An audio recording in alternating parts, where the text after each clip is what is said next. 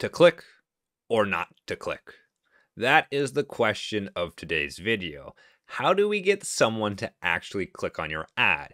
How do we make headlines that grab attention and make someone go, yes, that ad is for me. I want these services.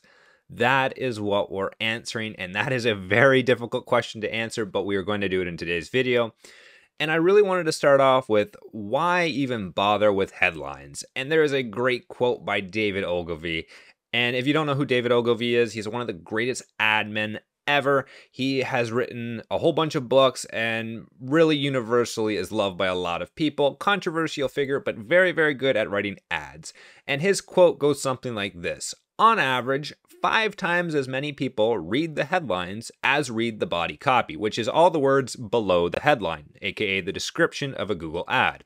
When you have written your headline, you have spent 80 cents out of your dollar. So 80% of your money is dedicated to that headline because more people are going to view it. This principle is pretty universal. It goes for newspaper advertisements, direct mail, Facebook ads, YouTube ads, and especially Google ads. This is something that is very, very important. Headlines are the first things people see when they see your ad, and it is important to stand above your competition so that we can make a sale, so we can direct our customer to either our website or our landing page, so that they can call us or email us, so that we can make a sale at the end of the day. Now, if we don't do all of this, we don't actually test and create a perfect headline, we are going to lose a lot of money, and this is generally seen in the way of quality score with Google ads.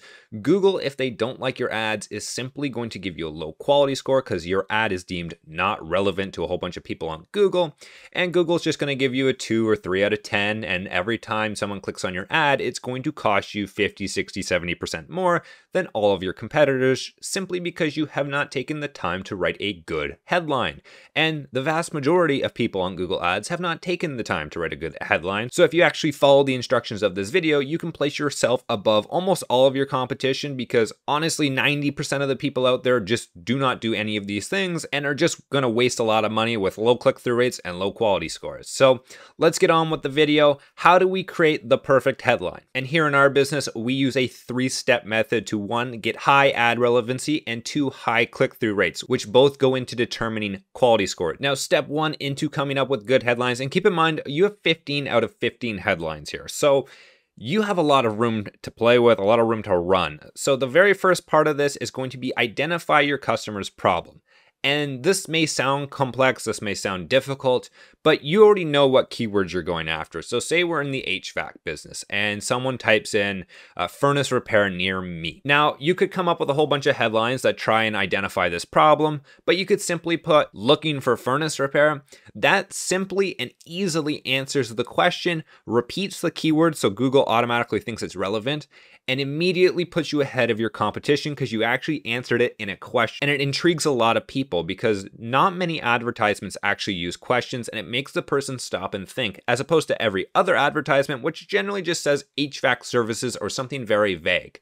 If you're in fencing and someone types in wooden fencing near me and you just have number 1 fences, that isn't as relevant as looking for wooden fences or wooden fences services or build a wooden fence today, something that identifies the customer's problem and really makes it unique to that person, because you want to come across as being unique to everyone. This is why you need a few ad groups to make your ad as relevant as possible, but really you want to communicate and say, hey, I understand you. This is your problem, and I know this right off the bat, as opposed to everyone else, which generally just use vague headlines. Now, here's a cool little ninja tip for you, and that is to use braces in your actual headlines. And you may not know what braces are, but they're essentially this little symbol here. And when you use them in your responsive search ad, which are in search campaigns, Google will allow you to automatically insert a keyword from your ad group. So Google's just going to pull a keyword. So when someone types in a specific keyword, so let's say for this one, they type in vinyl pool installation or a very, very similar keyword, Google is just automatically going to substitute this with our insertion here. By the way, just so you're not confused, I put vinyl pool installation in this to essentially just use as a backup. So if Google couldn't find a proper keyword to pull from, so say someone typed in vinyl pool services near me, that's what the keyword is actually going to draw from. So that would be our new headline. However, if Google couldn't find one, the backup replacement for that would just be vinyl pool installation, as you can see here. I just wanted to make sure you guys understood that. This is not the actual keyword we're pulling from. This is just the backup replacement keyword. If the keyword Google is looking for or someone types in isn't suitable, Google will just default back to that vinyl pool installation keyword that I typed in. And it's a cool little way to allow Google to test even more headlines. Does it always work? No, but it is a pretty cool way to get more results and see a higher click-through rate, because you are going to be exactly matching that specific search term they actually typed in. So it's a cool little ninja tip here to help with your ads and getting your click-through rate a little higher. And I like using them. They're pretty useful. I wouldn't add more than one keyword insertion per ad, just because you're going to be consistently repeating it and it does nothing for you. So one at most, but it is a very, very cool way to allow Google to test even more and to be very, very specific to your customer. Now, once we've answered this problem, step 2 is to give reasons to buy. Now, you know your business better than I know your business, but reasons to buy are 24/7 service, lifetime guarantee, have your problem fixed this week, have your fence built this week, build your fence now. Give the person reasons to buy from you instead of your competition. What do you offer? You're probably either in marketing or you're the business owner or someone running your Google ads. Why should they pick you over your competition? And once you figure out a few reasons for your customers to pick you over your competition, you can then use this to your advantage, because you're actually going to give reasons for this individual to pick you over your competition. Now you can kind of start to see, once we've identified the problem, the person goes, yeah, you identified my problem. Now why should I pick you? And you list out a whole bunch of reasons. Now this person is intrigued. And for reasons to buy, by the way, I would definitely go into benefits more so than features. And the way that looks is more so, instead of listing statistics, instead of listing certain parts of the product or service you offer, what is the benefit you offer the customer? We can fix your AC today. We can have your backyard dream pool installed today. Those are amazing benefits and reasons to buy. And so many people overlook that, and that's an amazing reason to buy. Why should I pick you? What is the benefit I get at the end of all of this? That's really what you want to do when it comes to giving reasons to buy to your customer or potential customer. Now, the third step here, and this is to wrap it all up. After we have identified the customer's problem, we have given them reasons to buy, they're sold, they're like, yep, I want to go with you. What happens next? We have to give them a call to action. Tell them what happens next. People don't like the unknown. If you have no idea what happens next, people are going to, they'll be hesitant, because the vast majority of people just don't like the unknown. They like to know what happens next. So a call to action is as simple as get a quote now, call us today, schedule your assessment. All of this just lets them know, okay, after I click on this ad, what happens next? I'm going to go get an assessment, or I'm going to be able to schedule an assessment or get a quote or call today or call now, whatever it is, it lets them know. And an important thing here is when they actually click on your ad and they go to your website or landing page, this should reflect. This should not be two completely different ads.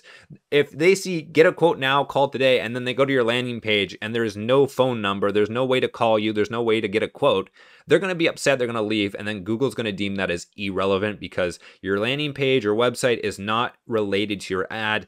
That's something super important. You need to have an ad that is very relevant to your landing page to make sure you have a high quality score. That is going to make or break your actual Google ads and really determine whether or not your account is successful overall in the long run. But those are the 3 steps. So we have identified the problem, we have given reasons to buy, and we have made a call to action. And if you've done all that, we have put ourselves so much further above all of our competition, because simply our competition is not going to take the time to do all of this. The vast majority of advertisers on Google Ads just don't want to type in 15 out of 15 headlines, actually make them unique, identify the problems, give reasons to buy, and end with a call to action. By the way, if you don't have all the time to actually create these headlines and you still need 15 out of 15 headlines, 4 to 4 descriptions, keywords, extensions, we created a done for you bundle, which is essentially a whole bunch of templated keywords, extensions, headlines, descriptions, everything you need to essentially plug and play in Google Ads. It's a great little document that really saves you a whole bunch of time inside Google Ads. The link for that is down below. And again, it's a really good product. So if you're interested in, not writing all this stuff out, the link for that is down below. Most people are not going to do that. If you add 15 out of 15 headlines and 3 ads in every single ad group, so you're going to have 45 headlines in total per ad group, that's a lot. It does take a lot of time, but allows Google to A/B test every single headline. and you are going to put yourself so far above your competition. Your click-through rates are going to be a lot higher than your competition, and you are going to have much more success because you're going to be able to get a high quality score, and Google is actually going to reduce the cost per click on every single click, and you're going to get more leads, more sales, and see much more success.